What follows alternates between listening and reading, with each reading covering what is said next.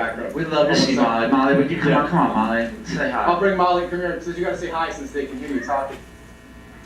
You got to come around here. Ladies and gentlemen, Molly Chester. Who's way more.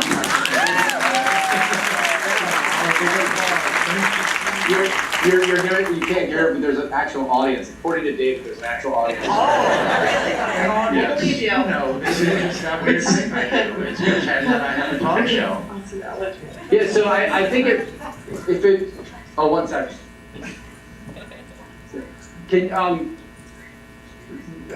thing was, we had these interns that were able to be here with me and shooting this, but I always had a camera with me. But I never really committed to the idea of making the film because, like you said, I didn't know anything about farming. So I was always like, what's a film even going to be about? And on top of that, I didn't know if it was going to work, like the farm idea. And so once I saw it, I got to like the 5-year mark, I started seeing this like profound return of life that was actually functioning to solve problems.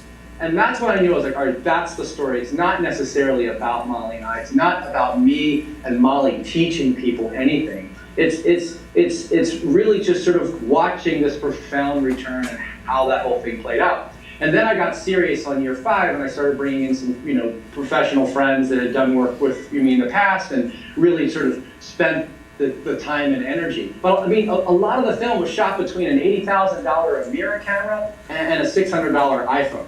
And you can't tell, like we're literally cutting between that camera and the iPhone the whole time. And that is really a testament to a really good colorist. they earn their keep. Those hourly rates are real. So right. Were you always carrying around something with you? If like for instance, things are going wrong. You've got a dog that's killed chickens. You've got a fire that's threatening the farm. And you're saying, okay, I'm in the midst of a real crisis situation here, yet I need to keep filming. Was that in your head as you were making this? I think I knew whenever something hard happened, my first reaction was to hide from it and not let anyone see it, not even let the crew see it. Because there's embarrassment in the failure, in the face of failure. And I also knew as a storyteller that, man, if I am going to make something, and I wanted to be honest, and I wanted to really sort of be a testament to what this life is like, then I have to be willing to allow that in. So, I mean, I would tell the crew at some point, David, because I kept telling them, because there were so many times I didn't know what I was doing, that I would just say, cut, don't shoot this, like this is too much. And then I realized I can't do that, and I knew I would never have the ability to stick to that word. So I told the 2 interns, Mallory and Kyle at the time, I said, if I tell you not to film something, don't listen to me. I'm never going to have this conversation with you again. Regardless of what I say after this point, just keep filming. Just move like 10 feet away so I can't see you. And they did that. And honestly, that's where a lot of moments were captured that ended up in the film that I probably would have shut down. Right, you needed also that outside perspective. It's funny just looking where you're at. I mean, John and I have been friends for a long time because I knew Rock Prophecies, and my family and I've been at that farm, and just look at that, like that's the first place I ever stand up paddleboard where you're saying, I didn't or did not fall into the water. That's not relevant to this conversation while I was doing that, but I can just see the life behind that and to see the extraordinary progress over that time. Well, what has that meant to you, and also really importantly to Molly, like internally, like what a life's project, how many people embark on that? I don't think we've really slowed down until this year to actually take it in. Slow down as you premiere a major film.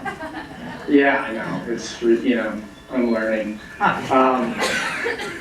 No is the theme of 2020. To see it all put together on the film was really profound for us, and Molly, because I don't think here's something that's really interesting, and I'll be very honest about this because I came to that honesty in the film. I didn't see myself as the antagonist and as the doubter and the skeptic that I appeared in the film during the first 2 edits. And I was talking to my editor, and I'm like, there's just something not right. Like, it just seems so easy. And then I had this like flash of realization that I'm like, you know what? I was actually a bit of the problem. Like I was the one that was skeptical, but I wanted so badly to believe it, David. Like I wanted to believe it so much that I didn't want to let myself believe it. But I was the one that was questioning it constantly. And then once I put that in, I just think the film works so much better. And it actually raised up really and gave light to Molly and kind of like the hummingbird spirit that Molly is, like endlessly high on nectar from what source I have no idea. And I think that was a really beautiful part of the realization for me through the process. Well, I told these folks beforehand that the film was at one point entitled Molly's Dream. You know? Well, it was a working title. Like you were oh, it talking was, about. yeah. Yeah, there was a point. I mean, obviously, Biggest Little Farm works, but Yeah. that idea of the two of you working together as a couple, how challenging was that? I mean, like it's, 24/7, you up to your neck in manure. Yeah. So by year 5, we have made it possible for our therapist to buy a summer home so that we can live in one home. And that's the truth. Like, I think that has been something for us that has been huge because all of that tension was brought home every night. Neither of us really had the credibility to say we were right, one or the other was right. So that argument goes nowhere. Right. And we could only rely on each other, because there were so many times when the crew was just like, do you guys really even, do you know what you're doing? Should we call someone? And then what they didn't realize is there really wasn't someone to call. We had created a sort of unique situation here, and we were sort of out of solutions, and a lot of times it was just about us just trying stuff. But communication is so important to us, especially with our crew. It's like the next level of the immune system. First you have the soil immunity, and the next level is the communication and how the crew talks to each other, and that has to start with, Molly and I. And so that's been another big, I guess, gift through the whole process. Hey,